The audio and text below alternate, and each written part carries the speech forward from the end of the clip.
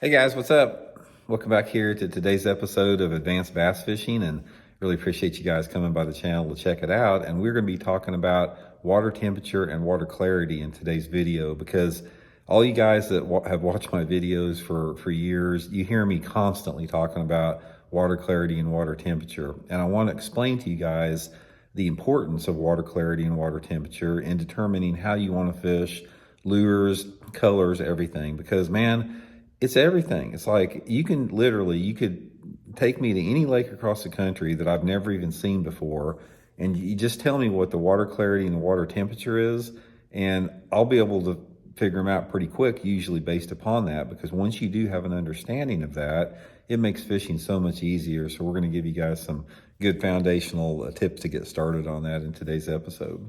Also, guys, just a real quick invitation. I want to invite everybody out there to please consider hitting that subscribe button here to the Advanced Bass Fishing channel. It's free and easy to do so.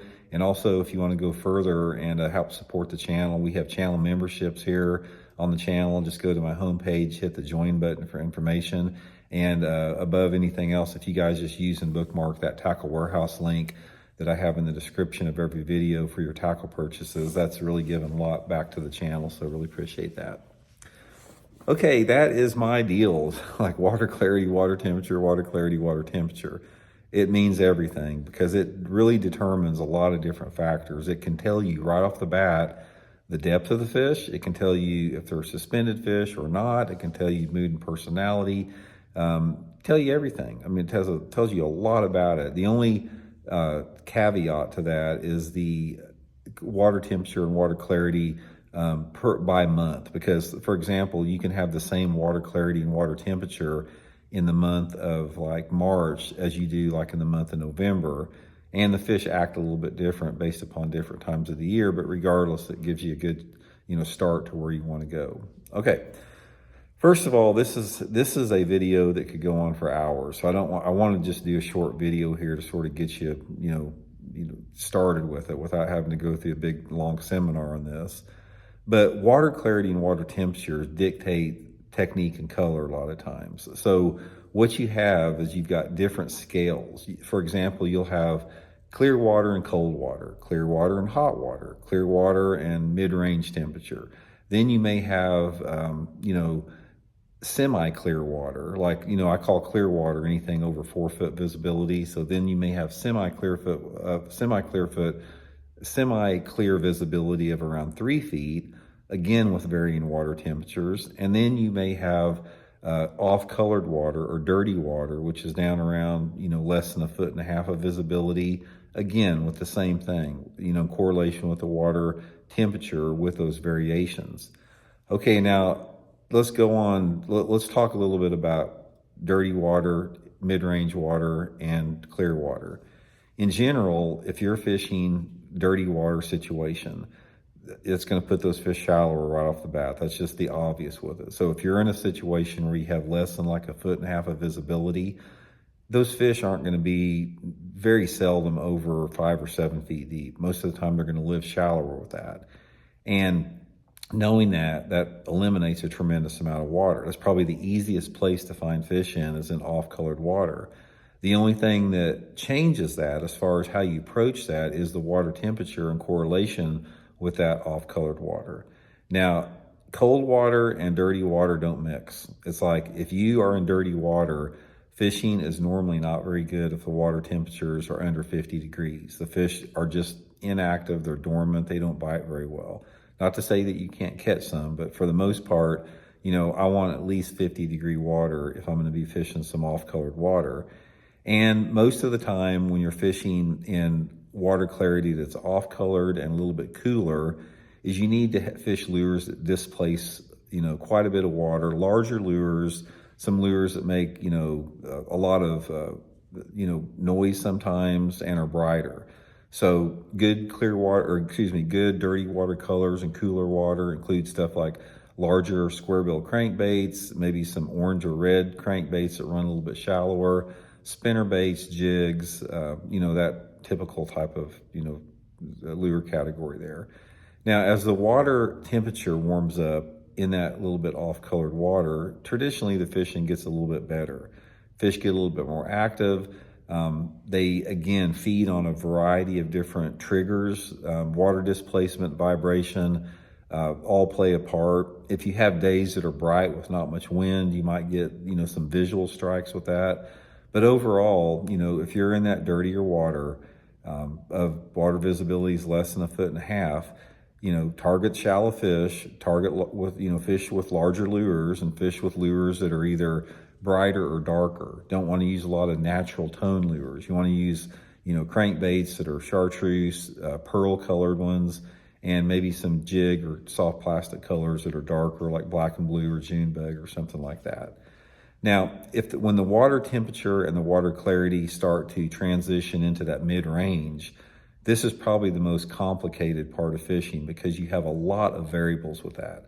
If you have water visibilities of around 3 feet, there's a lot of different things a fish can be doing. There still may be some suspended fish, but most of the time, those fish are going to be sort of in that mid-range zone. And again, the water temperature in correlation with that mid-range zone, varies from month to month. And the same is sort of true a little bit in terms of what I just talked about with the dirty water, as far as, brighter lure colors on the darker low light days. So say, for example, if you're in water visibility that has 3 feet, if you have a day that's like overcast or raining or windy, those larger, brighter type lures or the darker ones, just like we talked about in the off-color water, are going to be good. But the difference is if you have water visibility of around 3 feet and you have brighter sunlight conditions, say it's, partly cloudy, sunny, not much wind, those brighter, larger lures that displace water are not going to be as productive. So then you'll have to adjust and go down to more natural tones, a little bit smaller baits, and, a little bit more finessey presentation. So that mid-range water, clarity is highly dependent upon the temperature of that water and the correlating sky conditions. And as that water gets cleaner, the light intensity becomes more important, because if you're fishing in off-colored water or even marginally off-colored water, like water visibilities of under 3 feet, the sky conditions don't quite have as big of an impact because those fish are positioned shallower. But as you get into clear water, the water visibilities of over 4 feet, the light intensity really plays a part with the water temperature and the water clarity in correlation with all the three, regardless of the water temperature. For the most part, if you're in clear water, you're always going to do better on those days that are cloudy, a little bit lower light conditions, simply because the fish feel a little bit more secure, they're a little bit more aggressive, and that's one of the best fishing conditions for clear water is low light conditions. But that doesn't mean that you have to have low light conditions if you have clear water, regardless of the water temperature range. One of the things you have to remember when you're fishing clear water, regardless of how cold or warm the water is, you have got to fish natural presentations, natural looking colors. So your green pumpkins, your watermelons, the more subtle colors are going to work better on the soft baits. Your hard baits, for like your jerk baits and your crank baits, a more natural, like a translucent finish, is going to catch you a lot more fish, again, regardless of the water temperatures. One of the things that you will find out in clear water and in other colors of water too is the water temperature in correlation with that water visibility has a lot to do with the speed of retrieve and the cadence that you have.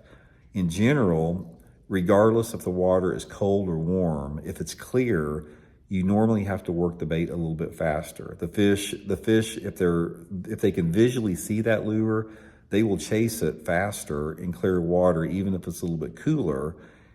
And conversely, as the water visibilities go down, and especially as the temperatures go down, you may have to slow that retrieve up a little bit. Another thing with clear water, regardless of the water temperature, guys, is make long casts. Long casts are a key to catching fish in clear water. One of the biggest mistakes I see guys make fishing clear water is they don't cast far enough.